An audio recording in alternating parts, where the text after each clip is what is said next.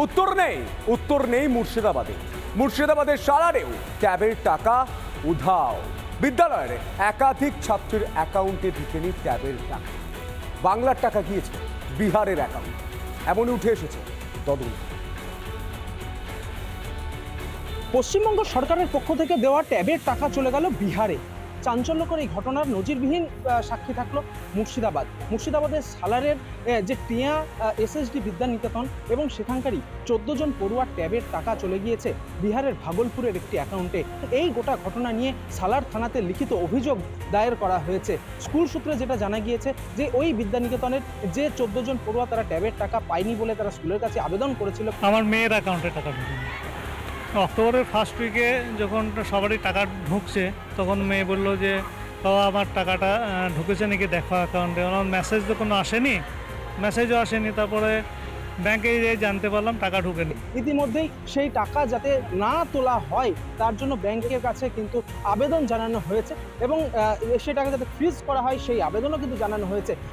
সেই 14 জনের আমরা অ্যাকাউন্ট চেক করে দেখলাম কোথায় কোথায় টাকা গেছে, সেইগুলো বের করে আমরা একটা লিস্ট করলাম। লিস্ট করার পরে আমরা লোকালে স্টেট ব্যাংকে গেলাম, যেটা আমাদের স্টেট ব্যাংকের ব্রাঞ্চে।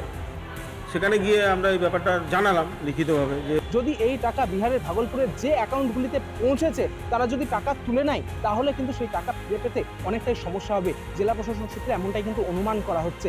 নজিরবিহীনভাবে এই রাজ্যের ট্যাবের টাকা ভিন রাজ্যে চলে যাচ্ছে এবং সেই ঘটনা নিয়ে কিন্তু ইতিমধ্যেই জেলা জুড়ে বিস্তর শোরগোল পড়ে গিয়েছে। মুর্শিদাবাদ থেকে ক্যামেরায় অপূর্ব চৌধুরীর সঙ্গে ইন্দ্রাশিস বাগচি, রিপাবলিক বাংলা। নমস্কার, দেখছেন রিপাবলিক বাংলা। বাংলার খবরকে নিয়ে জ্যাক অলিভল স্টুডিও থেকে আমি সন্তু রয়েছি আপনাদের সঙ্গে। আপনারা জানেন বাংলার খবর মানেই আপনার খবর, আপনার পাড়ার খবর। কোচবিহার থেকে কাকদ্বীপের খবর, দার্জিলিং থেকে দীঘার খবর, পুরুলিয়া থেকে পেট্রাপোলের খবর। আপনার অভিযোগ, আপনার প্রতিবাদ, আপনার কণ্ঠস্বর হয়ে আমি সন্তু শুরু করছি বাংলার খবর কি। আর আজ বাংলায় কান পাতলেই সব থেকে বড় কি খবর উঠে আসছে জানেন?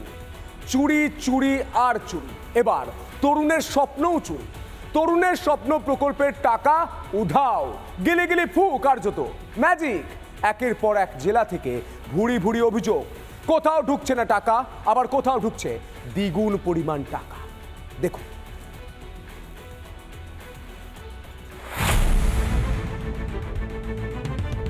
জেলায় জেলায় তরুণের স্বপ্ন প্রকল্পে দুর্নীতির অভিযোগ।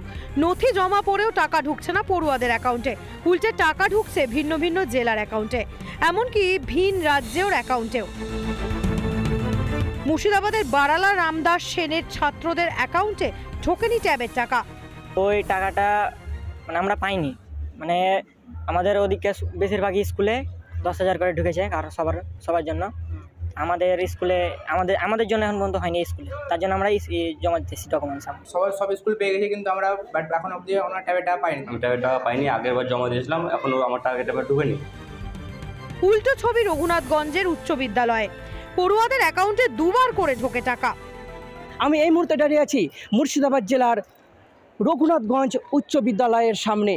ঠিক এই রঘুনাথগঞ্জ উচ্চ বিদ্যালয়ে ট্যাব কেনার জন্য একাদশ ও দ্বাদশ শ্রেণীর ছাত্রছাত্রীদের 20,000 টাকা করে দেওয়া হয়েছে। প্রথমে 10,000 টাকা ঢুকেছে পুজোর আগে। দেখছি কালী পুজোর পরে একদিন শুনছি যে সবার নাকি অ্যাকাউন্টে মেসেজ এসেছে ফোনে যে অ্যাকাউন্টে 10,000 টাকা আবার ঢুকেছে। হ্যাঁ, আমাদের ক্লাসে মোটামুটি অনেকেই পেয়েছে। ঘটনা প্রকাশ্যে আসতেই ডিআইকে তলব করা হয় প্রশাসনিক ভবনে।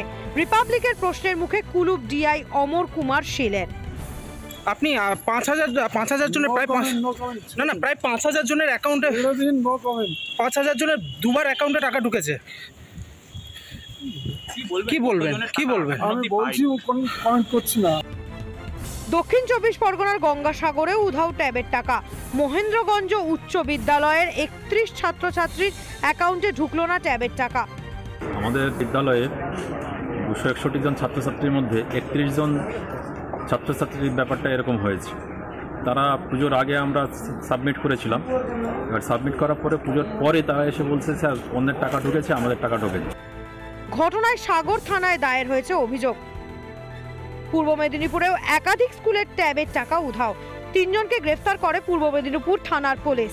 সাংবাদিক বৈঠক করে জানান পূর্ব মেদিনীপুর জেলা পুলিশ সুপার সৌম্যদীপ ভট্টাচার্য। আমাদের টিম কালকে উত্তর দিনাজপুরে সেখানকার লোকাল পুলিশের সাথে যৌথভাবে রেড করে 3 জনকে ধরেছে এবং প্রাথমিকভাবে এই তিনজনই এই যে আমাদের যে টাকাটা পৌঁছয়নি, যে সঠিক অ্যাকাউন্টে পৌঁছয়নি, এই ঘটনার সঙ্গে জড়িত রয়েছে। তিনজনকে আমরা ট্রানজিট রিমান্ডে আমাদের পূর্ব মেদিনীপুরে নিয়ে আসছি এবং তার পরবর্তীকালে সেই তিনজনের থেকে আমরা যে ক্লু পাবো সেই অনুযায়ী তদন্ত এগিয়ে চলবে। মালদহ ট্যাবের টাকা উধাওয়ের ঘটনা ইতিমধ্যেই তদন্ত শুরু হয়েছে। মঙ্গলবার হবিবপুরে কেন্দ্রপুকুর বিদ্যালয়ে যান অতিরিক্ত জেলা শাসক। রাজ্যে একের পর এক সরকারি প্রকল্পে দুর্নীতির অভিযোগ, আবাস থেকে রেশন, বারবার উঠছে দুর্নীতির অভিযোগ। এবার তরুণের স্বপ্নের টাকা উধাও, সাইবার হানা নাকি পরিকল্পিত চুরি? উত্তর অধারাই। রিপাবলিক বাংলা। নানা ধরনের কন্টেন্ট দেখার জন্য লাইক করুন, শেয়ার করুন আমাদের ফেসবুক পেজ, সাবস্ক্রাইব করুন আমাদের ইউটিউব চ্যানেল। পাশাপাশি অন্যান্য ব্রেকিং নিউজের জন্য অবশ্যই চোখ রাখুন রিপাবলিক বাংলায়।